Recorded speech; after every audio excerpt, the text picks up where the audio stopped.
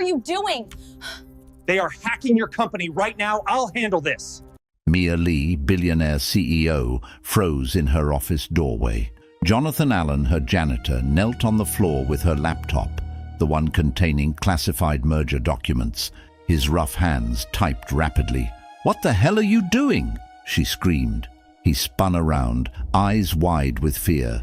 But then she saw what was on screen. Code, complex security code, and her entire network flashing red with "breach detected." Jonathan whispered, "Your company is being hacked right now, and I know how to stop it." But Jonathan's secret was far deeper than computer skills.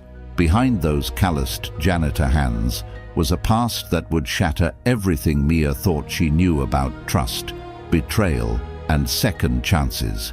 If you want to discover who this mysterious man really is and why he sacrificed everything to save a woman who never noticed him, subscribe and follow the next chapter, because one truth Jonathan reveals tonight will change both their lives forever. 2 years earlier, Jonathan Allen had everything a man could dream of. At 34, he stood at the pinnacle of Silicon Valley success, recognized as one of the most brilliant cybersecurity architects of his generation. His company, Allen Digital Defense, had become the gold standard in corporate protection, safeguarding Fortune 500 corporations from the world's most sophisticated hackers and cyber terrorists. His corner office on the 32nd floor overlooked the San Francisco Bay, where he'd watch fog roll in during late meetings, feeling like he'd conquered the world. His bank account held 7 figures, not that he cared much about money. His reputation was impeccable, built on years of dedicated work and genuine brilliance. But Jonathan's greatest treasure wasn't his corner office or his impressive stock portfolio. It wasn't even his genius mind that had made him a legend in tech circles. His greatest treasure was Emily, his 6-year-old daughter with golden curls that caught sunlight like spun gold and bright blue eyes that saw wonder in absolutely everything around her. Emily had inherited her mother's beauty and her father's curiosity, creating a perfect combination that made Jonathan's heart swell every time he looked at her. Emily was born with a congenital heart defect, a ventricular septal defect that required constant monitoring and regular checkups with specialists. The condition meant she couldn't run as fast as other kids, couldn't exert herself too much, and had to take daily medications that she swallowed with practiced ease despite her young age. But Emily never complained. She accepted her limitations with grace far beyond her years, finding joy in quieter pursuits like drawing, reading, and asking her father endless questions about how computers worked. Her mother, Christine, had died during Emily's heart surgery when she was 3 years old. A rare complication, an allergic reaction to the anesthesia that no one could have predicted, had taken her life while their daughter survived on the operating table. Jonathan had been in the waiting room, nervously checking his phone, when the surgeon had emerged with that look on his face. The look that said everything before words could form. Christine was gone. Emily survived. In one moment, Jonathan's world cracked down the middle. He became both father and mother overnight, a transformation that would have broken lesser men. He hired the best nannies money could buy, the most qualified caregivers with excellent references, the top pediatric cardiologists in California. Emily had the finest care available, the most advanced monitoring equipment, and access to experimental treatments that insurance wouldn't cover. But no amount of money could replace Jonathan's presence, could substitute for his warmth, could stand in for the father's love that Emily needed more than any medical intervention. So Jonathan restructured his entire life around his daughter. He delegated more responsibilities at work, trusted his team with larger projects, and created systems that allowed him to work remotely when possible. He scheduled meetings around Emily's school hours, declined evening networking events, and never, not once, missed a bedtime story. He'd sit on Emily's pink canopy bed, her small body tucked against his side, and read fairy tales with different voices until she giggled and drifted off to sleep. "Daddy," she'd say sometimes, her blue eyes serious. "Do you miss work when you're reading to me?" "Never," he'd answer truthfully. "This is the best part of my day." And it was. Despite his success, despite building an empire, Jonathan Allen found his greatest fulfillment in those quiet moments with his daughter. She was his anchor, his purpose, his reason for everything. Everything changed when Marcus Roberts entered his life like a wolf in designer clothing. Marcus was charming in a way that seemed almost rehearsed, ambitious with a hunger that bordered on obsessive, and seemingly trustworthy with references that checked out perfectly. He joined Allen Digital Defense as Chief Operating Officer, bringing connections to influential investors and a charisma that complemented Jonathan's technical genius perfectly. Where Jonathan was reserved and analytical, Marcus was outgoing and persuasive. Where Jonathan saw code and systems, Marcus saw opportunities and angles. For 6 months, they built the company together into something extraordinary. Jonathan trusted Marcus completely, sharing proprietary algorithms and security protocols without hesitation. He'd stay late discussing strategy, share confidential client information to help Marcus understand their needs, and even gave Marcus access to his personal computer network. Too completely, far too completely. The betrayal came on a Tuesday afternoon in early spring, when the fog was lifting over the bay, and Jonathan was feeling particularly optimistic about an upcoming contract. He discovered that Marcus had been secretly copying their proprietary security algorithms, intellectual property worth tens of millions of dollars, and selling them to competitors through offshore shell companies. The digital fingerprints were everywhere once Jonathan knew where to look. But when Jonathan confronted him in his office, Marcus didn't panic. He didn't apologize. He didn't even look surprised. Instead, Marcus smiled coldly, leaned back in his leather chair, and revealed his true plan with the satisfied expression of someone who'd been waiting for this moment. "You can't prove anything, Jonathan, but I can prove you've been embezzling client funds, millions of dollars, direct deposits into your personal accounts." Jonathan's blood ran cold. "What are you talking about? I know you haven't, but the evidence says you have." The fabricated evidence was masterful, the work of someone who had spent months, perhaps the entire 6 months of their partnership, creating an airtight frame. Fake bank accounts in Jonathan's name, opened with forged signatures at banks across the country, doctored emails showing Jonathan authorizing suspicious transfers, falsified audit trails that pointed directly to his personal computer, client testimonies that had been carefully manipulated. Marcus had spent months creating a web of lies so intricate, so believable, that it would take years and millions of dollars to untangle. By the time Jonathan realized the full scope of what was happening, his reputation was already destroyed. The news spread like wildfire through tech circles. Allen Digital Defense, the trusted name in cybersecurity, was a fraud. Its founder, a thief. The story was too juicy, too scandalous, too perfect not to spread. His assets were frozen while investigations proceeded. Criminal charges were filed by multiple clients who believed the fabricated evidence. His picture was on tech news sites, his name trending on Twitter, his inbox flooding with hate mail from people he'd never met. The legal battle drained everything he had. Every dollar Jonathan had saved went to lawyers who charged by the hour and billed for every email, every phone call, every minute of their time. The trial lasted 8 agonizing months, during which Jonathan aged visibly. His hair grayed at the temples, lines deepened around his eyes. He lost 20 pounds from stress, his appetite destroyed by constant anxiety. Emily watched her father transform, her young eyes clouded with worry she couldn't quite understand. "Daddy, are you sick?" she asked one evening, her small hand on his arm. "No, sweetheart, just tired, just very, very tired." Though Jonathan was ultimately acquitted, a sharp-eyed juror noticed inconsistencies in the forged documents, and the evidence was too perfectly manufactured to be believable upon close examination. The damage was catastrophic. His company was bankrupt, dissolved during the legal proceedings. His reputation lay in ruins, his name synonymous with scandal. His savings were completely gone, every cent spent on legal fees and court costs. Worst of all, Marcus Roberts had disappeared with all the stolen algorithms, vanishing into anonymity with millions of dollars worth of intellectual property. He'd sold everything to the highest bidder and vanished, probably living somewhere tropical under a fake name, sipping expensive drinks while Jonathan's life lay in ashes. Jonathan was left with nothing, absolutely nothing except Emily's medical bills and the growing realization that his world had ended. No job would hire him in tech. His name was toxic, radioactive.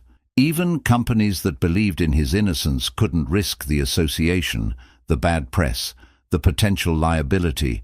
No corporation trusted the man who had been accused of corporate theft, even if he'd been legally acquitted. The court of public opinion had already delivered its verdict. His daughter needed expensive medical care, specialists, medications, regular monitoring. His bank account was empty, his credit destroyed, his options vanishing by the day. So Jonathan did what any desperate father would do. He took the only job he could find, janitor at Lee Innovations, a billion-dollar tech company in downtown Los Angeles. The irony wasn't lost on him. A cybersecurity genius mopping floors for a company whose entire network security he could have designed, improved, and implemented in his sleep. But he couldn't even put cybersecurity architect on his resume anymore. That part of his life was over. But it paid enough to cover rent in a small apartment, food for the table, and Emily's medications. The health insurance was decent, covering most of her cardiology appointments, and Jonathan swore he would never touch a computer professionally again. That world had destroyed him once. It had taken everything except Emily. He wouldn't let it destroy what remained. So he mopped floors, emptied trash cans, cleaned windows, and tried to forget that he'd once been brilliant. Mia Lee, 36, had built her empire from absolutely nothing, climbing from poverty to penthouse through sheer willpower and refusal to accept the limitations others placed upon her. Born to immigrant parents who ran a small dry cleaning business in Koreatown, she'd spent her childhood pressing shirts and counting coins, watching her parents work 16-hour days just to keep the lights on. Her mother's hands were perpetually red from the harsh chemicals. Her father's back was permanently curved from years bent over the pressing machines. Education, her mother would say in Korean, folding yet another shirt. Education is your ticket out. Mia took that advice to heart with fierce determination. She earned scholarships through academic excellence, worked 3 jobs through college, tutoring, waitressing, and data entry, and still managed to graduate top of her class from MIT with dual degrees in computer science and business administration. By 30, she'd founded Lee Innovations with her entire savings of $47,000 and a business plan she'd refined over 2 years. By 35, she was worth $2 billion on paper, her face on magazine covers, her name spoken with respect and fear in boardrooms across Silicon Valley. But success came with a price that Mia rarely acknowledged, even to herself. Her marriage to investment banker David Chen had ended 2 years ago in a quiet dissolution that felt more like a business merger ending than a love story concluding. David couldn't handle being Mr. Lee, the man who lived in his wife's shadow, whose career accomplishments seemed tiny beside hers. He demanded she slow down, prioritize their relationship over quarterly earnings, choose him over the company she'd built with her own hands. Mia refused. She couldn't, wouldn't slow down. Lee Innovations was her baby, her legacy, her proof that a Korean-American woman could dominate the tech world just as thoroughly as any man. David left with divorce papers and a reasonable settlement. No dramatic fights, no tears, no begging, just endings. They had no children. Mia had always said there was time later, after this quarter, after this launch, after this merger. Now there was no later, and Mia found herself alone in a penthouse that echoed with emptiness. Since then, Mia lived for work exclusively. 16-hour days were standard. Weekend meetings were routine. Red-eye flights happened so often she had a permanent pillow in her carry-on. Her staff feared her perfectionism and respected her brilliance in equal measure. She could spot a flaw in a presentation from across the conference room. She remembered every employee's name, even the janitor's, because details mattered, including Jonathan Allen. She'd noticed him from his very first week, though she couldn't have said why initially. Not because he was handsome, though he was, with his tired brown eyes that held depths of sadness she recognized, and strong jaw shadowed with perpetual stubble that suggested he didn't care much about appearance. Not because he was quiet, though he barely spoke except when directly addressed, moving through the building like a ghost. She noticed him because of how he cleaned, methodical, precise, almost intelligent in his approach. The way he organized her office supplies in perfect alignment after cleaning, everything exactly where she preferred it. The way he noticed when her coffee mug was placed slightly differently than usual and returned it to her preferred spot by the keyboard. The way his eyes scanned documents left on desks, not reading, she thought, but assessing, calculating their importance, understanding their context without needing to actually read the words. Once she'd walked in late at night, past midnight, unable to sleep and restless in her empty penthouse, to find him standing motionless before a whiteboard filled with her engineer's security architecture plans, complex diagrams, encryption schemas, firewall configurations. He'd apologized quickly, grabbed his mop, and left. But Mia had seen something in his expression before he looked away. Recognition, understanding, perhaps even correction of errors he'd spotted. She'd filed it away mentally, too busy to investigate, too consumed with quarterly reports to follow up. But she remembered. Mia Lee always remembered details, and this detail felt important in a way she couldn't articulate. But she would remember, and she would learn why. 8 months into his employment at Lee Innovations, Jonathan had settled into a routine that felt almost comfortable in its monotony. Wake at 5 a.m. before the sun rose. Make Emily breakfast, always heart-healthy options that her cardiologist recommended. Oatmeal with fresh berries, whole-grain toast with almond butter, fresh squeezed orange juice rich in vitamin C.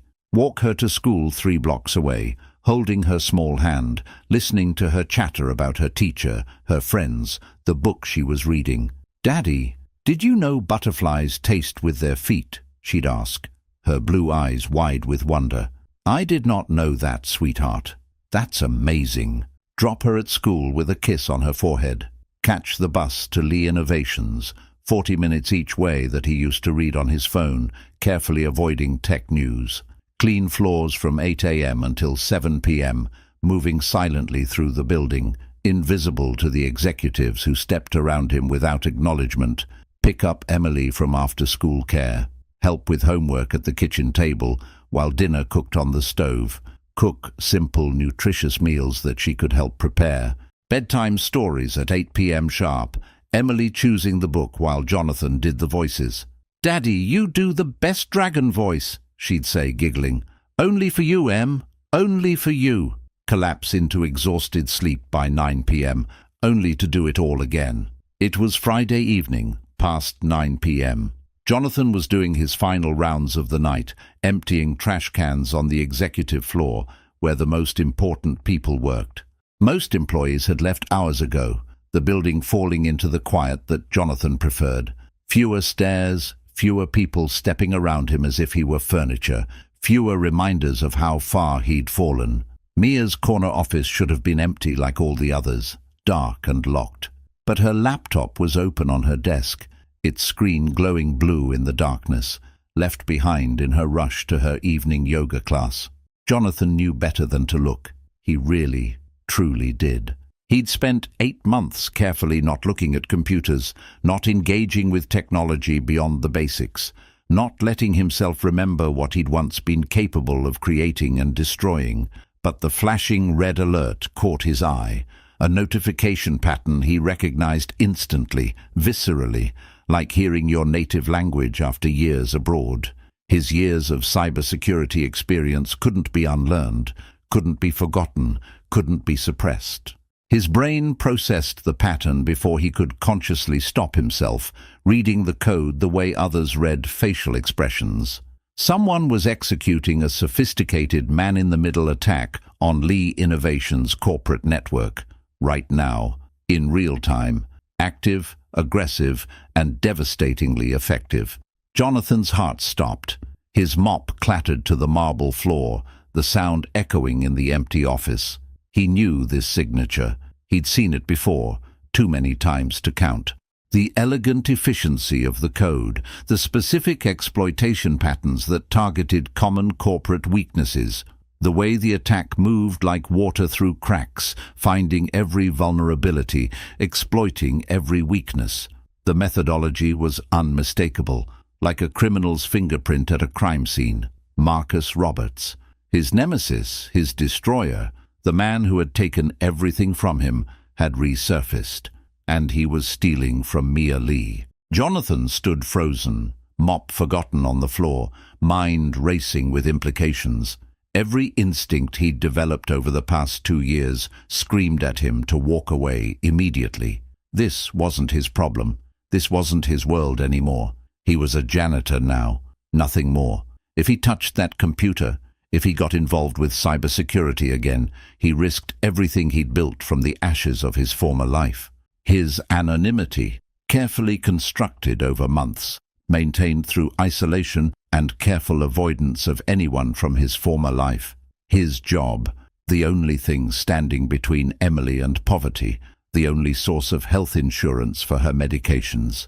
His carefully constructed simple life, the routine that kept him sane, kept him moving forward, kept him from drowning in bitterness and regret. If he touched that keyboard, if he revealed his skills, if he saved this company, questions would arise.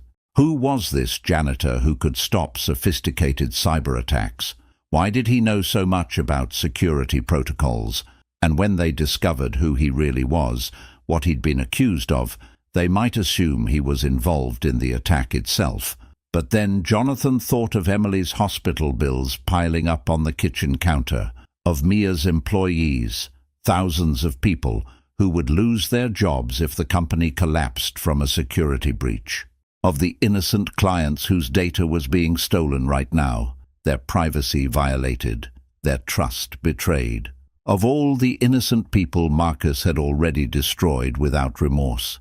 And Jonathan thought of himself 2 years ago, watching his life crumble while Marcus smiled that cold, satisfied smile, standing in that courtroom while lies were presented as evidence, losing everything, his reputation, his money, his identity, while the real criminal vanished with millions. Marcus Roberts had won once. He'd destroyed Jonathan's life and walked away rich and free. Jonathan wouldn't let him win again. He set down his mop carefully, took a deep breath, and crossed the invisible line he'd sworn never to cross again. His fingers found the keyboard like a concert pianist returning to his instrument after years away from music. The muscle memory was immediate, powerful, overwhelming. His hands knew what to do, even as his mind hesitated. Within seconds, he was deep in the code, tracing the attack vectors, identifying the breach points, constructing countermeasures with speed that surprised even himself. He worked with desperate focus, sweat beading on his forehead, eyes scanning lines of code faster than most people could read words. The attack was sophisticated. Marcus had clearly learned new tricks in his years of criminal activity, refined his methods, improved his techniques. But Jonathan had taught Marcus everything he knew back when they were partners, which meant Jonathan intimately understood his weaknesses, his blind spots, his predictable patterns. The attack tried to adapt. Jonathan countered. The malware attempted to replicate. Jonathan contained it. The breach sought new pathways. Jonathan sealed them. He was so focused on the digital battle, so completely immersed in the code streaming across the screen, that he didn't hear the elevator ding its arrival on the executive floor. Didn't hear the soft footsteps on the carpet. Didn't hear the office door open. Didn't hear the sharp intake of breath from someone who'd come back for her forgotten laptop. "What the hell are you doing?" Jonathan spun around so fast he nearly fell backward over Mia's expensive office chair. Mia Lee stood in the doorway, her eyes blazing with fury, her entire body rigid with outrage. She was in workout clothes, yoga pants, running shoes, hair pulled back in a ponytail, clearly having come back from her evening class for something she'd forgotten. Her keys were still in her hand, her face flushed from exercise. Jonathan's voice cracked, his throat suddenly dry. "I can explain. You're on my laptop, my private laptop, with classified merger documents on the desktop." Mia's voice rose, sharp enough to cut glass. "Security! I'm calling security right now! And the police!" "Wait!" Jonathan stood, hands raised in surrender, his heart hammering so loud he was sure she could hear it. "Please, just look at the screen. Look at it. Your company is being hacked right now as we speak, and I know how to stop it." Mia paused, her phone half raised to her ear, her finger hovering over the call button. Something in his desperation gave her pause. The genuine fear in his eyes, the sweat on his forehead, the way his hands trembled. She looked at the screen behind him, saw the red alerts cascading across multiple windows, saw the cascading notifications warning of unauthorized access, saw the code streaming across the screen in patterns she didn't recognize but understood were wrong. Her face went pale, the color draining as if someone had pulled a plug. That's our entire database," she whispered, her voice hollow with realization. "Client information, proprietary software, financial records, everything." "Yes," Jonathan said, his voice steadying now that he saw she was listening. "Someone is copying everything right now, systematically extracting every piece of valuable data you own. In about 10 minutes, they'll have it all. Years of work, billions in intellectual property, client trust. But I can stop them. I just need you to trust me." "Trust you?" Mia's laugh was hollow, sharp, disbelieving. "You're a janitor who broke into my computer in the middle of the night. Why should I trust you? For all I know, you're the one doing this." Jonathan met her eyes directly, pouring every ounce of sincerity he possessed into his gaze. In that moment, he made a decision that would change everything, a decision that could destroy him or save them both. "Because I used to be the best cybersecurity architect in Silicon Valley, because I know exactly who's doing this. I recognize his methods like I recognize my own handwriting, and because if you don't let me stop him right now, in the next 8 minutes, he'll destroy your company the exact same way he destroyed mine 2 years ago." Mia stared at him, her business mind rapidly calculating risks and possibilities. The seconds ticked by like hammer blows.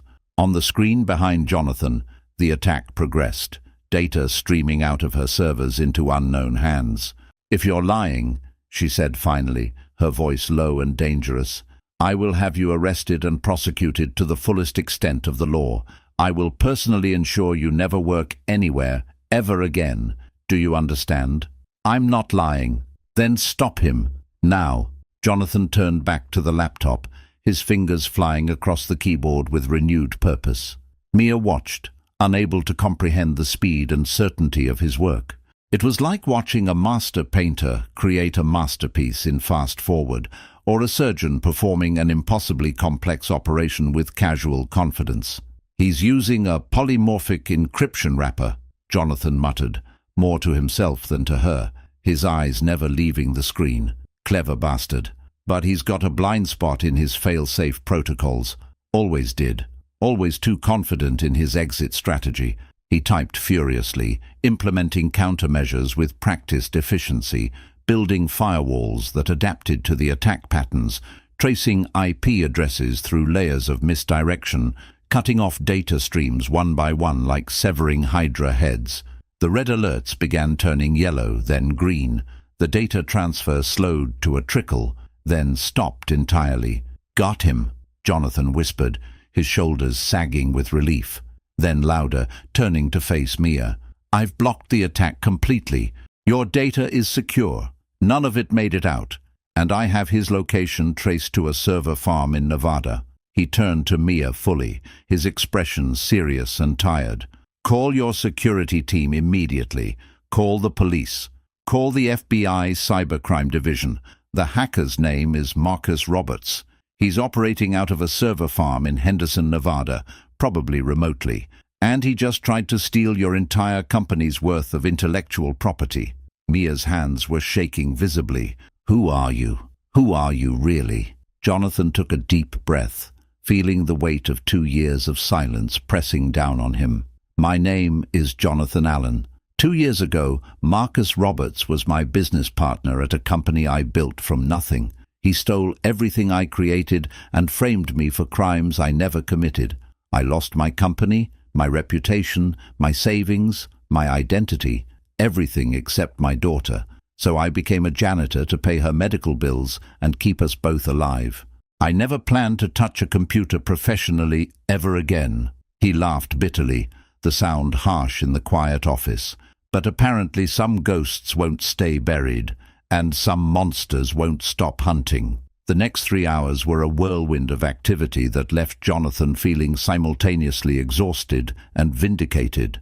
FBI agents arrived within the hour, their badges flashing, their questions sharp and professional. Mia's elite security team descended from their homes, called away from dinners and evening plans. Servers were examined by specialists. Data integrity was analyzed byte by byte. Formal statements were taken from everyone present. Jonathan told them everything, holding nothing back for the first time in 2 years. His company, Allen Digital Defense, and the years he'd spent building it from a startup in his garage to a Silicon Valley powerhouse. Marcus's betrayal that had come without warning. The framing that had been so thorough, so meticulous, so devastatingly effective. The trial that had drained every resource he had. His fall from grace into anonymity as a janitor. Every humiliating detail was laid bare under the harsh fluorescent lights of Mia's conference room. He felt exposed, vulnerable, like an open wound being examined by strangers. The FBI agents exchanged meaningful glances when he finished, their expressions shifting from suspicion to understanding. We've been tracking Marcus Roberts for 18 months, the lead agent said, a woman named Agent Torres with sharp eyes and graying temples. He's connected to at least 12 corporate espionage cases across 3 countries. Major tech companies, financial institutions, defense contractors. Your testimony, combined with tonight's evidence, could finally help us catch him and end his crime spree. Jonathan nodded wearily, suddenly feeling every one of his 36 years. Whatever you need. I'll cooperate fully. We'll need you to come in for formal questioning. Your expertise will be invaluable. I understand. It was past midnight when the officials finally left, their cars pulling away from Lee Innovations' underground parking garage. Mia's security team was implementing Jonathan's recommended protocols throughout the night, their respect for his knowledge evident in their deference. The FBI had assured her that Lee Innovations' data was completely secure, that not a single byte had successfully escaped her servers. Only Mia and Jonathan remained in her office, the silence between them heavy with unspoken questions and new understanding. Coffee? She offered, gesturing to her private espresso machine that probably cost more than Jonathan's monthly rent. Please, black, if that's okay. They sat in leather chairs that probably cost more than his car, sipping espresso from cups that probably cost more than his monthly grocery budget, looking out at the Los Angeles skyline glittering below like scattered diamonds. Finally, Mia spoke, her voice thoughtful and tired. I did a background check on you when you were hired. Standard procedure. Nothing unusual came up. How is that possible? Jonathan shrugged, cradling the warm cup in his calloused hands. I used my mother's maiden name on the application. Miller, Jonathan Miller. It's technically legal. It's on my birth certificate as my middle name. I just wanted to disappear from Jonathan Allen, from who I'd been, from what had happened. Jonathan Allen was all over tech news 2 years ago, Mia said, her gaze fixed on the city lights. The scandal was huge. Allen Digital Defense collapsing, the founder accused of fraud. I remember reading about it between meetings, thinking how quickly reputations can be destroyed in our industry. She paused, her voice softening. I thought you were guilty. Everyone did. Most people did. Jonathan agreed without bitterness. The evidence was very convincing. Marcus made sure of that. I'm sorry, Mia said, and the sincerity in her voice made Jonathan look up in surprise. For what? For not seeing you. For not recognizing brilliance when it was literally cleaning my floors every single day. She set down her coffee cup with a decisive clink. You saved my company tonight. You could have walked away, should have walked away, for your own safety. Why didn't you? Jonathan was quiet for a long moment, staring at the dark liquid in his cup as if it held answers. Because Marcus Roberts doesn't get to keep winning. He's won too many times already. Because your employees don't deserve to lose their jobs over his greed. Because your clients don't deserve to have their data stolen by someone I once trusted. He hesitated, then added more quietly, because my daughter needs to see that doing the right thing matters, even when it costs you everything, even when it's scary, even when it's easier to walk away. Mia studied him with those sharp grey eyes that missed nothing, seeing him, really seeing him, for the first time. Your daughter. How old? 8. Emily. She has a congenital heart condition, ventricular septal defect. Requires regular monitoring by specialists and daily medications that cost more than I want to think about. It's why I can't afford to lose this job, why I took the risk of exposing myself tonight. He rubbed his face tiredly, suddenly feeling the weight of the evening. Which I probably have, now that you know I lied on my application. I understand if you need to fire me. I violated company policy. Mia was quiet, her expression unreadable. Then, what are her medications? Jonathan listed them: the beta blocker, the ACE inhibitor, the daily aspirin, the monthly supplements recommended by her cardiologist. Mia typed rapidly on her phone, then showed him the screen displaying Lee Innovations' health insurance benefits. My company's health insurance covers all of those medications. Full coverage, no co-pays, no maximum limits. I know. It's the main reason I took this job. The benefits package is exceptional. I'm going to promote you, Mia said suddenly, the decision forming as she spoke. Jonathan stared at her as if she'd spoken in a foreign language. What? You saved my company from losing hundreds of millions of dollars tonight. You identified a criminal mastermind that the FBI has been chasing for 18 months. You have expertise that my entire security team combined couldn't match.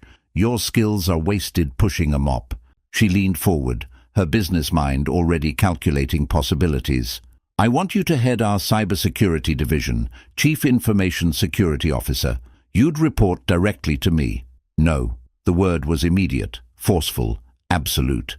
Mia blinked, clearly not used to people refusing her offers. No, I told you already. I don't do that anymore. I can't do that anymore. I'm a janitor now. That's all I want to be. That's all I can safely be. But, Ms. Lee, I genuinely appreciate the offer. Truly, I do. It's generous and probably more than I deserve. Jonathan's voice hardened with certainty. But that world destroyed my life. It took everything from me except Emily. I won't go back to it, won't risk exposing myself to it again. Not even for you, not even for a generous salary and corner office. They stared at each other across the coffee table, a battle of wills between two stubborn people. Finally, Mia nodded slowly, recognizing the immovability in his expression. All right, I respect that. But you're not going back to cleaning floors. I absolutely won't allow that. It would be criminal waste of your abilities. She thought for a moment, her mind working through alternatives. Facilities management. You'll oversee the entire building maintenance team. 15 people reporting to you. Better hours, 8 to 5, weekends off. Better pay, triple your current salary. And you can still stay invisible. Still avoid the tech world, if that's what you need. No computers, no security, just managing a team and a building. Jonathan considered this carefully, weighing the risks and benefits with the analytical mind he couldn't quite suppress. "My daughter, the position comes with full executive-level benefits, plus a significant raise. Enough for private school for Emily if you want it, enough to build actual savings again." "Why would you do this for me? You barely know me." Mia smiled for the first time that night, and Jonathan noticed with sudden clarity how beautiful she was when she wasn't being the intimidating CEO. Her face softened, her eyes warmed, and she looked almost vulnerable. "Because you were honest when you could have lied and saved yourself. Because you did the right thing when you could have walked away and stayed safe. Because—" She paused, searching for the right words. "Because I know exactly what it's like to be underestimated, to be dismissed, to have people look past you and see nothing. And I refuse to do that to someone else." Jonathan felt something shift in his chest, a warmth spreading through the cold spaces he'd built over 2 years of isolation. An emotion he'd forgotten he could feel, hope, and something else he couldn't quite name yet. "Okay," he said quietly, his voice rough with emotion. "I'll take the promotion. Thank you. Good decision." Mia extended her hand formally across the coffee table. "Welcome to your new position, Mr. Allen. You start Monday." He shook her hand. Her grip was firm and warm, her skin soft against his calloused palm, and he held it perhaps a moment longer than professional courtesy required. Neither commented on it, but neither forgot it either. Over the following weeks, Jonathan settled into his new role with surprising ease. The facilities team respected him immediately. He was fair in his assessments, knowledgeable about building systems in ways they couldn't quite explain, and never asked them to do anything he wouldn't do himself. He remembered everyone's name after hearing it once, asked about their families, and treated them with the same respect he'd want for himself. "Good guy," the senior maintenance worker, a man named Roberto, told his wife. "Different from the other executives. He actually listens." The other executives at Lee Innovations remained wary of the former janitor, who'd been mysteriously promoted after a single night, their curiosity piqued by rumors they couldn't quite confirm. But Jonathan didn't care about their opinions or their whispered speculations. He kept his head down, did his job excellently, and went home to Emily every evening. But Mia noticed him now, really noticed him in ways that went beyond professional curiosity. She'd find excuses to walk past his small office near the maintenance department, ask about building systems issues that didn't actually exist, request his input on building renovations she could have handled alone with the architects. Their interactions began as professional necessity and evolved into something more personal with each passing day. Each conversation revealed more layers of the quiet man beneath the reserved exterior. He was patient with a depth that surprised her. She watched him spend 25 minutes one afternoon helping an elderly cleaning woman, Maria, who'd worked at Lee Innovations for 15 years, understand the new digital supply request system. He never once showed frustration, never sighed, never checked his watch. He just explained it differently each time until understanding dawned on her face. "You're very kind, Mr. Jonathan," Maria told him in her accented English. "You deserve kindness," he replied simply. He was funny in a quiet, dry way that caught Mia off guard.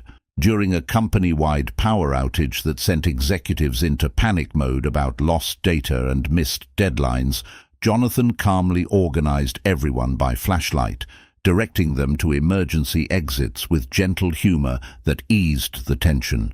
"Think of it as a tech detox," he deadpanned as one executive complained about his dying laptop. "Your doctor would probably approve." Even the CEO laughed. He was devoted in ways that made Mia's chest ache. Every afternoon at exactly 3:45 p.m., no matter what he was doing, Jonathan would step outside his office or away from whatever task he was managing to call Emily. His entire demeanor would transform immediately, his shoulders relaxing, his voice warming, his face softening into expressions Mia had never seen before. "How was school, sweetheart?" Mrs. Patterson said, "What? That's wonderful, Em. I'm so proud of you." "Yes, we can have spaghetti for dinner." "I love you too. See you soon."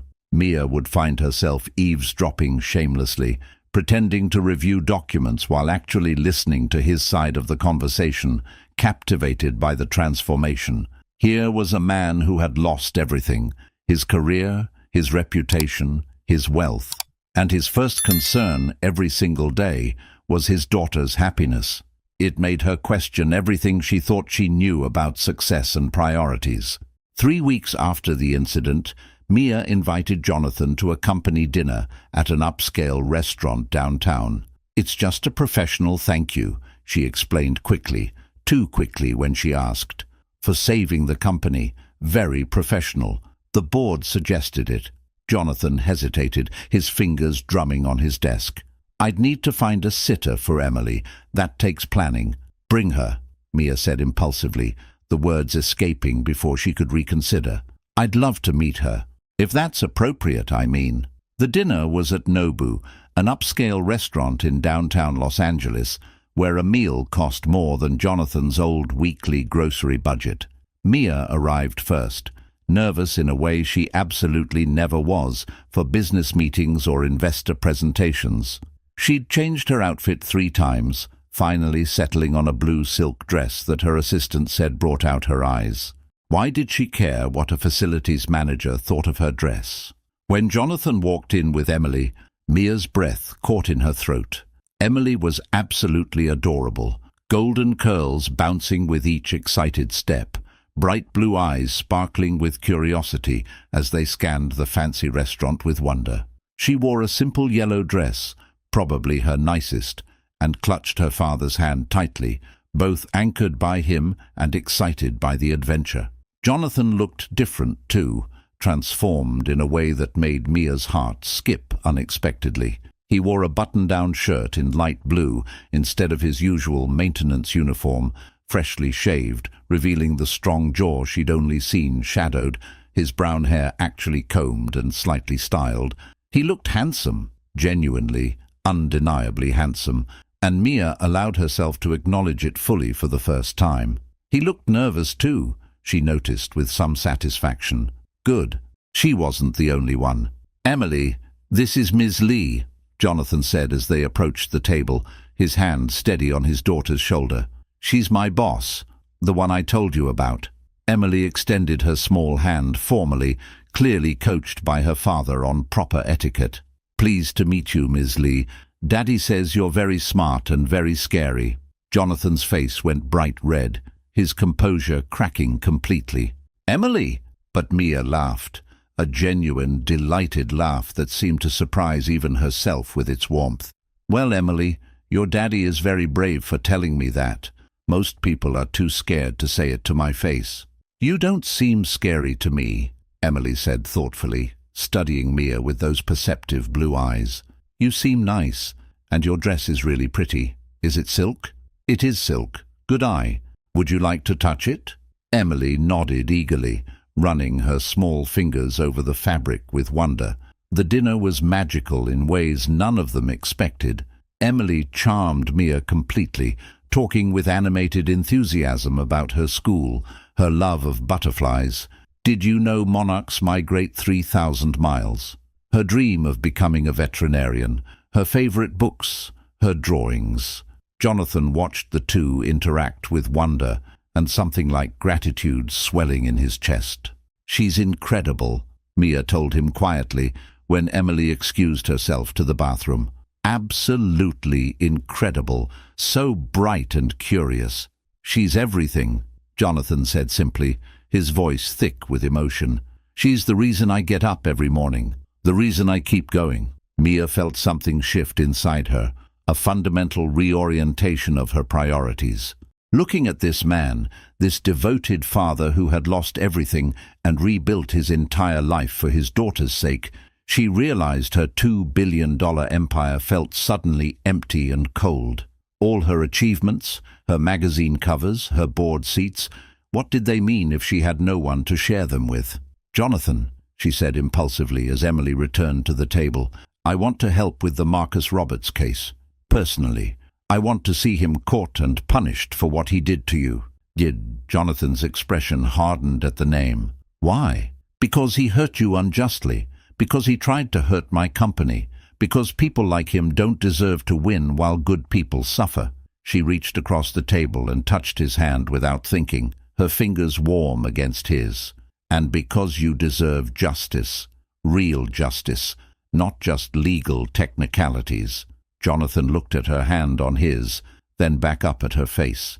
His throat tightened with emotions he'd suppressed for 2 years. "Okay," he said, his voice rough. "Together, then." Emily returned, sliding back into her chair with childlike grace. "Daddy, can I have dessert?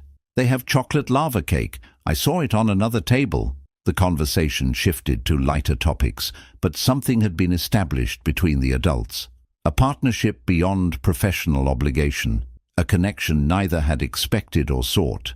The beginning of something that would change both their lives in ways neither could imagine. When Jonathan tucked Emily into bed that night, she looked up at him with those knowing blue eyes that saw too much. "I like her, Daddy. Miss Lee, she has kind eyes."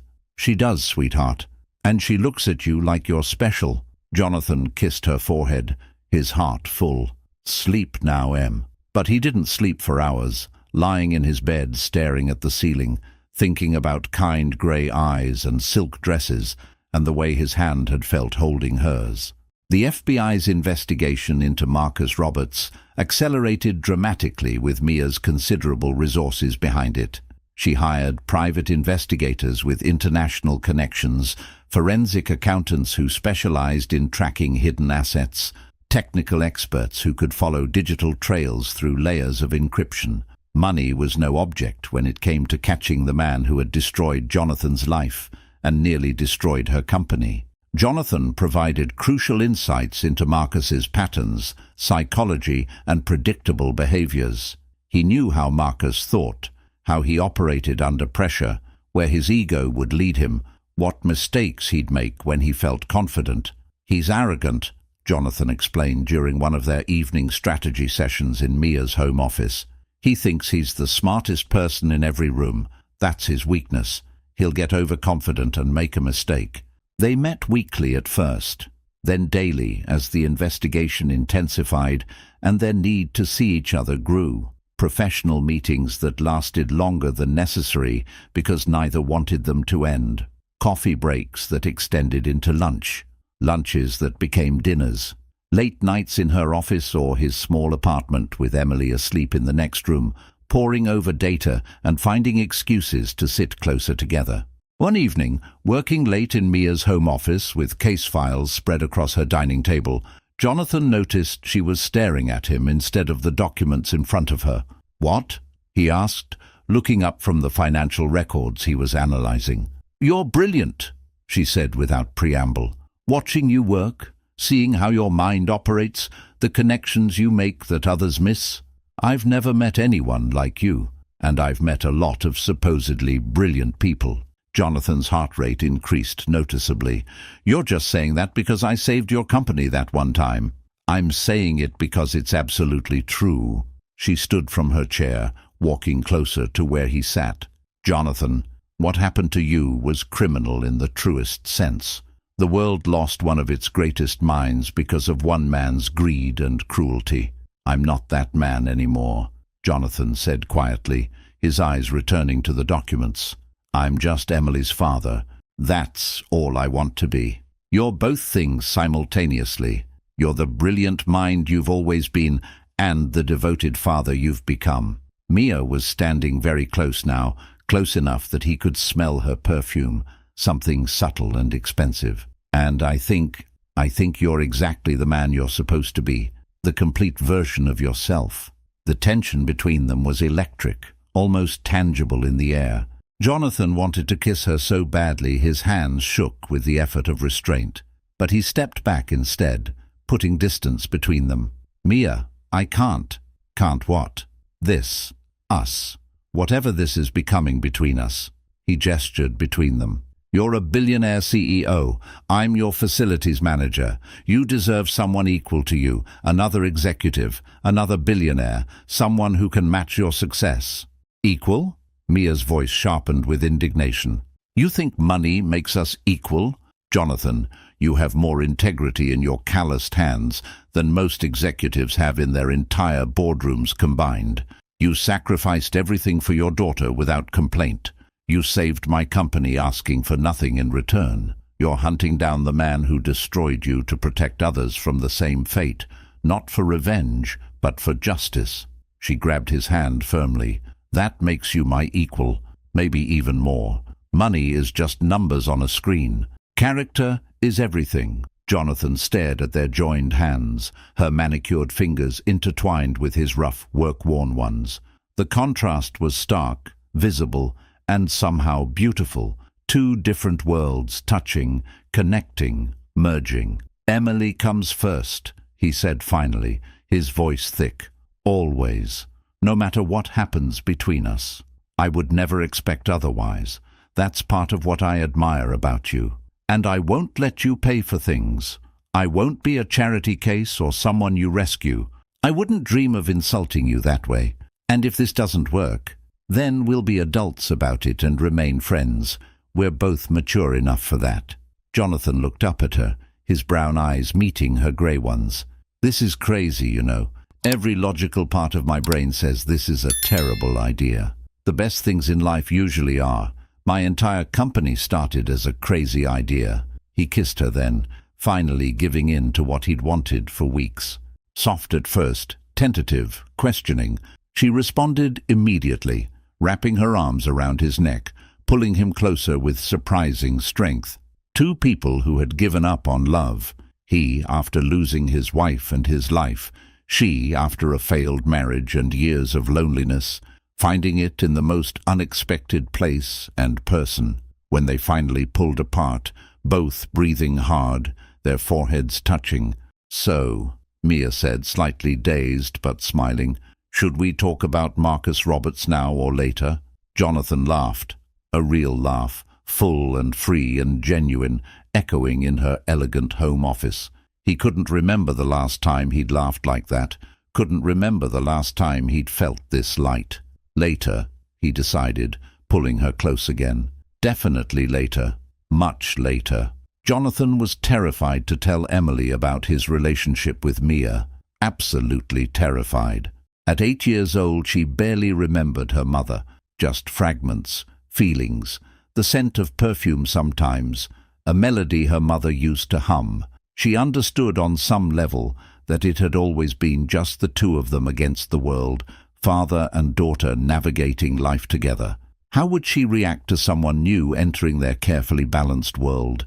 Would she feel replaced, jealous, angry? He needn't have worried at all. The first time Mia came to their small apartment for dinner, a modest two-bedroom in a middle-class neighborhood, Emily greeted her at the door with a drawing she'd clearly spent hours creating. Two figures labeled Daddy and Ms. Lee, standing together under a rainbow, hearts drawn around them in multiple colors, butterflies filling the sky. "I knew you liked each other," Emily announced proudly, her blue eyes sparkling with satisfaction. "Daddy smiles when he talks about you. Like, really smiles. Not the tired smile he does for me sometimes when he's worried about bills." Jonathan's jaw dropped. Mia's eyes welled with unexpected tears. Mia knelt down to Emily's level, treating the child with the same respect she'd give a business partner. "You know, Emily, I really like your daddy too. Very much. But the most important thing, the absolutely most important thing, is that you're comfortable with this. If you ever feel unhappy about me being here or want me to leave, you just say so, okay? You're the priority here." Emily studied her seriously, those perceptive blue eyes evaluating with uncanny wisdom. "Do you like butterflies?" "I love butterflies. They're nature's artists." "Do you like bedtime stories?" "They're my absolute favorite thing. I miss having someone read to me." "Do you love my daddy?" Both adults froze. The apartment seemed to hold its breath. Mia glanced at Jonathan, who looked equally stunned by the directness of his daughter's question, but she answered honestly, because Emily deserved honesty. I think I'm starting to," she said carefully. "I care about him very much already, and I think those feelings are growing into love. Is that okay with you?" Emily nodded, satisfied with the honest answer. Then you can stay for dinner. Daddy's making his special spaghetti with the sauce from scratch. It's really good. From that moment forward, Mia became part of their small family's routine with surprising ease. She'd join them for dinners 3 or 4 times a week, bringing wine for the adults and books for Emily. She'd help with Emily's homework, especially math, which she secretly loved. She'd watch Disney movies on their worn couch, Emily between them, popcorn scattered everywhere. She, who had lived in penthouses, found herself genuinely happier in their tiny apartment than she'd ever been in her empty mansion. The love, the warmth, the laughter, these were things money couldn't buy and success couldn't manufacture. Emily's doctors noticed the improvement at her regular checkup. Her stress levels have decreased significantly, the cardiologist told Jonathan, reviewing the charts. Her heart function is stable, maybe even slightly improved. Whatever you're doing at home, keep doing it. Stress is terrible for heart conditions, and she seems much more relaxed. Jonathan knew exactly what it was. Happiness, the feeling of family, the security of love surrounding them all like a warm blanket. Meanwhile, the FBI investigation was closing in on Marcus Roberts with increasing precision. With Mia's resources and Jonathan's intimate expertise, they'd traced his movements across 3 states, identified his associate network, mapped his complicated financial infrastructure through shell companies and offshore accounts. "We're very close," the lead agent Torres told them during a conference call. "Weeks, maybe days. Your combined information has been invaluable. We couldn't have made this progress without you." Jonathan felt a mixture of anticipation and fear after hanging up. Part of him wanted Marcus caught and punished severely, justice for everything that had been taken. Another part wondered anxiously what would happen after. Would Mia still need him once their common enemy was defeated? Would their partnership dissolve once Marcus was caught? Was she with him or for the investigation? Late one night, lying in his bed after Emily was asleep, Mia beside him, Jonathan voiced his fears in the darkness. "What happens after Marcus is caught?" Mia propped herself on her elbow, looking down at him. "What do you mean?" Us, started because of him, because of that night, because of a common enemy.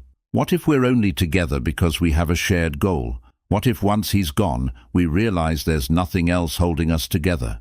Mia was quiet for a long moment, and Jonathan's heart sank. But then she took his face in her hands, her grey eyes serious and certain. "Jonathan Allen, I am not with you because of Marcus Roberts. I'm with you because you are kind and brilliant and devoted. I'm with you because your daughter thinks I'm fun and already calls me her friend. I'm with you because you make me feel alive for the first time in years, maybe for the first time ever. I'm with you because when I'm with you, I forget I'm a billionaire CEO and remember I'm just Mia, the girl from Koreatown who pressed shirts in her parents' shop." She kissed him softly. "Marcus Roberts brought us together through terrible circumstances, but we keep us together through choice. Understand?" Jonathan pulled her close, burying his face in her hair. "I love you," he whispered, the words feeling both foreign and natural on his tongue. "I love you too. So much it scares me." Outside the bedroom door, Emily stood in the hallway, having woken for a glass of water. She heard everything through the thin apartment walls, and she smiled, her little heart full of joy for her daddy. Finally, she thought, padding back to her room, finally we're going to be a real family. The FBI arrested Marcus Roberts on a Tuesday morning in a luxury suite at the Bellagio Hotel in Las Vegas. He'd been preparing to flee the country for Singapore, a non-extradition destination with millions in stolen corporate secrets stored on encrypted drives and fake passports in 3 different names. The evidence against him was overwhelming and irrefutable: wire fraud, corporate espionage, identity theft, money laundering, and dozens of other federal charges that would keep him imprisoned for decades. Jonathan watched the news coverage of the arrest with Emily on one side and Mia on the other, their small apartment television showing Marcus being led away in handcuffs, his expensive suit wrinkled, his arrogant expression finally replaced by fear.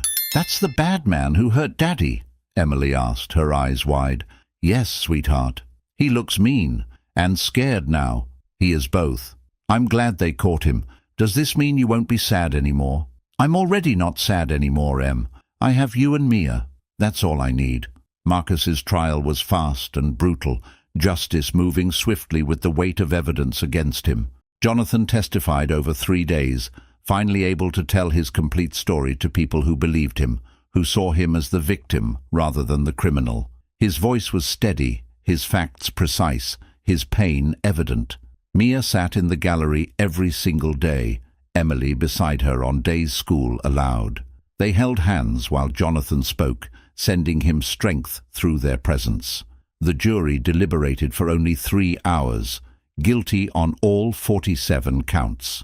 Marcus Roberts was sentenced to 35 years in federal prison with no possibility of parole for at least 25 years. As the guards led him away from the courtroom, Marcus caught Jonathan's eye across the room. The hatred there was palpable, burning with impotent rage. But Jonathan felt nothing in return, no satisfaction from revenge, no twisted joy at Marcus's downfall, only relief that it was finally over, that justice had been served, that the monster could hurt no more innocent people. Outside the courthouse, reporters swarmed like locusts, microphones thrust forward, cameras flashing. Mia handled them with practiced CEO ease, while Jonathan stood uncomfortably beside her. "Mr. Allen is a hero," she told the cameras firmly. "He protected my company at great personal risk. His expertise and courage led directly to the capture of a dangerous criminal who had hurt many innocent people. Lee Innovations is proud to have him as part of our team, and I am personally proud to know him. Ms. Lee, are the rumors true about your relationship? Are you and Mr. Allen together? Is this a workplace romance?" Emily tugged Jonathan's hand, ignoring the reporters completely. "Can we get ice cream now, Daddy? You promised after court was done. And I want chocolate chip cookie dough." The reporters laughed at her innocent practicality. Jonathan smiled, his tension releasing. "Yes, sweetheart. Ice cream time. We'll get the biggest sundae they have." As they walked away from the courthouse steps, Mia slipped her hand into Jonathan's, her fingers intertwining with his naturally, perfectly. "So," she said quietly as they left the chaos behind. "Hero feels good. Father feels better," he replied. "Father and boyfriend feel best." She laughed and squeezed his hand tighter, and Emily skipped between them toward the promised ice cream. 1 year after they'd met on that fateful night, Mia realized with absolute certainty that she couldn't imagine her life without Jonathan and Emily. The 3 of them had become a family in every way that truly mattered, through choice, through love, through shared experiences both joyful and difficult. They'd moved together into a beautiful house in Pasadena, not Mia's sterile mansion in Beverly Hills, not Jonathan's cramped apartment in the city, but somewhere new that they'd chosen together. A home with a backyard for Emily to play in, a garden that Jonathan maintained with surprising skill, and enough rooms for everyone to have their own space while staying close. Emily thrived in their new life with remarkable resilience. Her heart condition remained stable under the watch of excellent doctors that Mia's insurance fully covered, and her cardiologist was optimistic about her long-term prognosis. She'd started calling Mia Mom about 6 months into their relationship, the word slipping out naturally one evening over dinner. "Mom, can you pass the salt?" Everyone at the table froze. Emily looked up, realized what she'd said, and her face fell. "I'm sorry, I didn't mean—" Mia had reached across the table and grabbed Emily's hand, tears streaming down her face. "You can call me Mom whenever you want. I'd be honored to be your mom, Emily."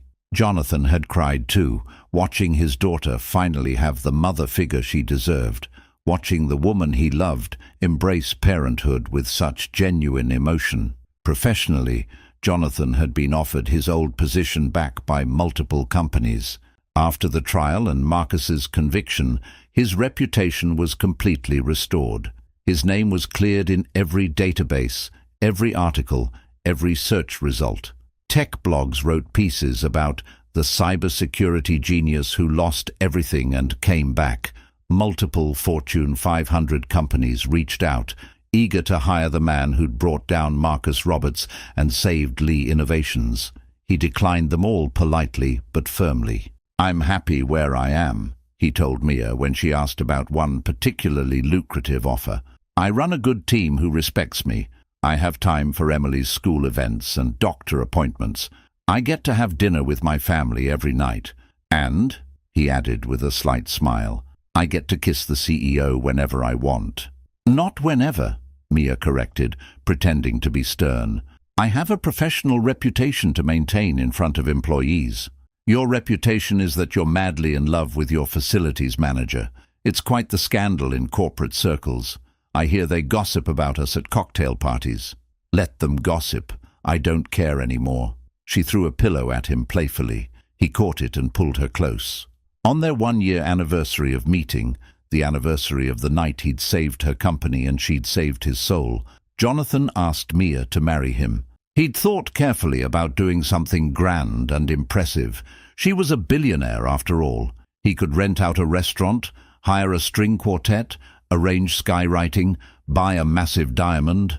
But that wasn't them. That wasn't their story.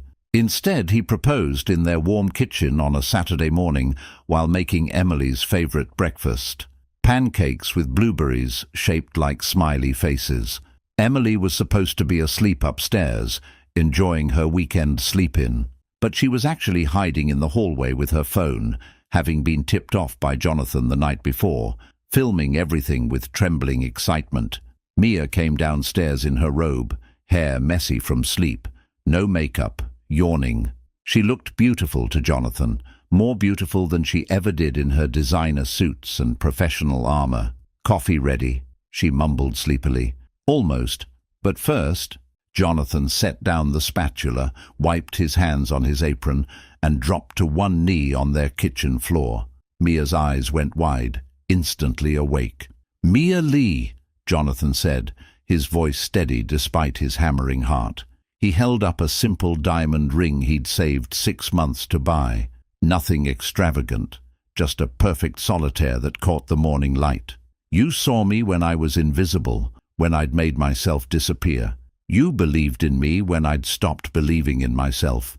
You love my daughter like she's your own flesh and blood. You make every single day brighter just by existing in it." His voice cracked with emotion. "Will you marry me?" Mia was crying before he finished the question, tears streaming down her face as she nodded frantically. "Yes, God, yes. 1,000 times, yes. 1,000,000 times, yes." Emily burst from her hiding spot in the hallway with a shriek of joy. "I filmed it. I filmed everything. It's perfect.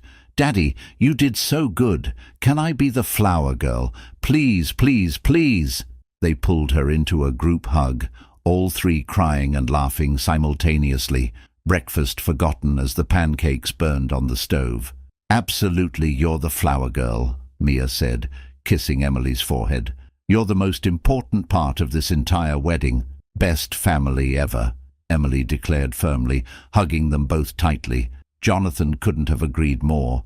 They married in their backyard garden on a perfect spring afternoon in April, when the flowers Jonathan had planted were in full bloom and the California sun was gentle and warm. Emily was indeed the flower girl, taking her role extremely seriously, scattering rose petals with focused determination and precision down the grassy aisle. She wore a white dress with a yellow sash, her favorite color, and her golden curls were decorated with tiny flowers that Mia had helped her place that morning. 50 guests attended the intimate ceremony. Close friends, family, Jonathan's facilities team who had all grown to love their boss, Mia's trusted executives who had finally accepted Jonathan as worthy of their CEO, and Emily's friends from school who thought the whole thing was incredibly romantic. Mia wore a simple, elegant white dress that she'd found in a vintage shop. Nothing designer, nothing expensive, just beautiful in its simplicity. She said she didn't need a $50,000 Vera Wang gown. She just needed Jonathan. Jonathan wore a navy blue suit that Emily had helped him pick out during a special shopping trip. "You look so handsome, Daddy," she'd said approvingly in the store, and that was all the validation he needed. Their vows were personal, honest, and tear-inducing. "Jonathan," Mia began, her voice steady despite her tears, "you taught me that success isn't measured in dollars or deals, but in love given and received freely. You showed me that true strength lives in humility, that real wealth is found in family, and that second chances are absolutely possible if we're brave enough to take them. You saw me as Mia when everyone else saw the CEO. You loved me for my flaws as much as my strengths. I promise to spend the rest of my life loving you and Emily with everything I have." "Mia," Jonathan replied, his brown eyes locked on her grey ones. "You saw me when I was trying to be invisible to the world. You lifted me up when I'd accepted being down as my permanent state. You love my daughter with your whole heart. No reservations, no hesitations. With you, I'm not a failed entrepreneur or a disgraced businessman or a janitor. I'm just Jonathan, the man who loves you completely and absolutely. I promise to spend the rest of my life being worthy of your love and Emily's trust." When they kissed as husband and wife, Emily cheered the loudest of anyone present, jumping up and down with her flower basket. "That's my parents," she announced proudly to everyone who would listen. The reception was joyful and intimate, exactly what they'd wanted. No billionaire extravagance or excessive displays of wealth, just good food catered by a local restaurant Jonathan knew, better company, and genuine happiness radiating from every corner. There was dancing on the patio, toasts that made everyone cry, and Emily staying up past her bedtime because it was a special occasion. As the night wound down and stars appeared overhead, Jonathan danced with Emily in the garden while Mia watched from her chair, happy tears she didn't bother wiping away. Her COO, Maria Rodriguez, stood beside her, sipping champagne. "Never seen you this happy in the 10 years I've known you," Maria commented honestly. "Never been this happy in my entire life," Mia admitted freely. "He's good for you. They both are. He's good for us. We're a real family now. Finally." Emily spun under Jonathan's arm, giggling with pure joy. Her heart monitor, which she wore constantly, beeped steadily, healthy and strong and stable. "Dad," Emily said as they slow danced to a soft song, "does this mean we get to keep Mom forever and ever?" Jonathan looked over at Mia, who had heard the question and was crying again, her makeup completely ruined. "Yes, sweetheart, forever and ever and ever." "Best day ever," Emily declared with certainty. It was. It absolutely was. 5 years after that fateful night when a janitor had saved a billionaire's company and found love in the process, their life was beautifully, wonderfully ordinary in all the best ways. Emily, now 13, was a thriving teenager, with her father's sharp intelligence and Mia's fierce determination. Her heart condition was managed with minimal medical intervention now, just annual checkups and daily medication that had become as routine as brushing her teeth. Her cardiologist predicted she'd live a completely normal lifespan with continued care. She'd developed a passion for coding, spending hours at her computer creating programs and websites. "Just like Dad used to do," she'd say proudly when showing them her latest creation. "You're better than I ever was," Jonathan would tell her honestly, and he meant it. Jonathan still ran the facilities team at Lee Innovations, declining promotions regularly with a smile. He'd been offered the Chief Operating Officer position twice, Chief Security Officer 3 times, and various executive roles more times than he could count. "I found my happiness in simplicity," he'd explained to confused headhunters. "Why would I complicate it for a bigger paycheck?" His team was still the most efficient and satisfied in the company. Employee satisfaction scores were highest in his department. Turnover was nearly zero. And yes, he still occasionally helped the IT team with cybersecurity issues, quietly, unofficially, always effective, never taking credit. Anonymous tip: The IT director would report when asked how they'd solved a particularly tricky security issue, but everyone knew Mia had stepped back from CEO to Chief Innovation Officer 2 years earlier, promoting from within and spending more time on strategy and creative development and less on daily operations and board politics. "I've conquered that mountain," she told Jonathan when making the decision. "I don't need to prove anything to anyone anymore. I want to enjoy the view now with my family." Their biggest surprise came 3 years into their marriage when they adopted twin boys. Marcus and Nathan, now 4 years old, found through a foster care agency. The boys had been abandoned at birth and needed a loving home desperately. "We have so much love to give," Mia had said when suggesting adoption. "Let's give it to someone who needs it." Jonathan had agreed immediately. Emily doted on her little brothers with fierce protective love that reminded Jonathan of how Mia had embraced her years ago. She read to them every night, helped them with their alphabet, and defended them fiercely on the playground. "Nobody messes with my brothers," she'd declare firmly. Jonathan had been terrified of handling newborn twins, diapers, feedings, sleepless nights, the chaos of toddlerhood. But Mia was steady beside him through every challenge, and together they figured it out day by day, mistake by mistake, triumph by triumph. Their home was full of laughter and controlled chaos now. Chaotic mornings getting 3 kids ready for school and daycare, homework battles with teenage Emily, bedtime story negotiations with the twins, date nights when the sitter, a trusted college student, came so they could reconnect as a couple. Ordinary, beautiful, precious moments that Jonathan treasured like gold. One warm evening in late summer, sitting on their back porch while the kids played in the fading light of the backyard, Mia rested her head on Jonathan's shoulder with a contented sigh. "Remember that night?" she asked softly. "Which night? We've had quite a few good ones." "The night you were furiously hacking at my laptop and I thought you were a corporate spy stealing my secrets."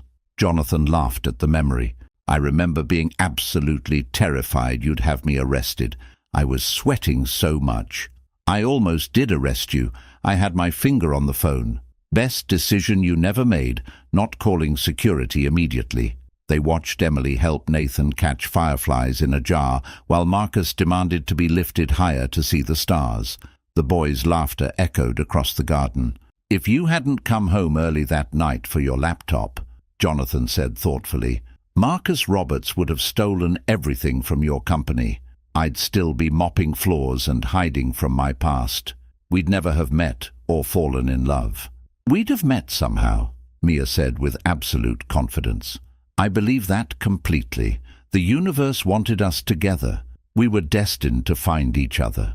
"The universe or your faulty memory about leaving your laptop at the office," he teased. She elbowed him gently. "Same thing. Fate works in mysterious ways." "I love our life," Jonathan said, his voice thick with gratitude. "I love everything about it." "Me too. I wouldn't change a single thing." She kissed his cheek. "Though I do miss the janitor uniform sometimes. You looked cute in it." "I still have it, actually. You do not." Emily's room, back of her closet. She kept it for memories and future embarrassment ammunition.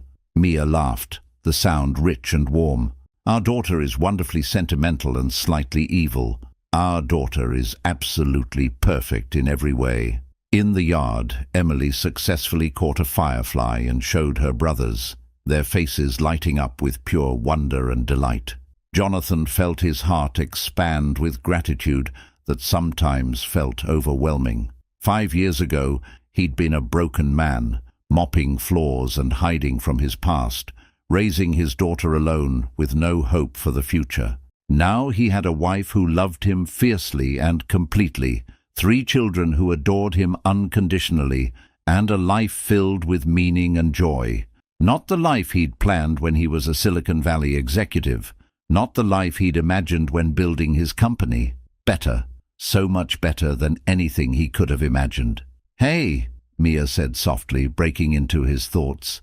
"What are you thinking about?" "That I'm grateful," Jonathan answered honestly, his voice rough with emotion. "For you, for them, for that night. For everything that happened, even the terrible parts, because it led here. Mia squeezed his hand tightly. Even for Marcus Roberts, even for all the pain he caused. Jonathan considered this carefully. No, I'm not grateful for him or what he did, but I'm grateful he didn't win in the end. I'm grateful that good triumphed over evil. I'm grateful we won instead. We did win, didn't we? Against all odds. Absolutely. We won everything that matters. Emily ran over to them, firefly jar glowing in her hands, twins chasing behind her with gleeful shouts. "Mom! Dad! Look! We caught like 1,000,000 fireflies. Okay, maybe 7, but it feels like 1,000,000. That's practically 1,000,000, Marcus agreed solemnly. Can we keep them forever? Nathan asked hopefully. We should let them go, Jonathan said gently, so they can find their families. They have homes to return to. Okay, the twins agreed reluctantly but obediently. They all watched together as Emily unscrewed the jar lid, and the fireflies drifted away into the darkening sky, their lights blinking like tiny earthbound stars rejoining the heavens. They're going home, Emily said softly, waving goodbye. Jonathan wrapped his arm around Mia, pulling her close, watching their 3 children in the fading twilight of another perfect day. The sky was painted in oranges and purples, the first stars appearing overhead, and his heart was full to bursting with love and gratitude. "Yeah," he said, his voice thick with emotion and contentment. "Home. We're all finally home." And in that moment, surrounded by his family, the past forgiven, the present cherished, and the future bright with possibility, everything was exactly as it should be. Everything was absolutely perfect.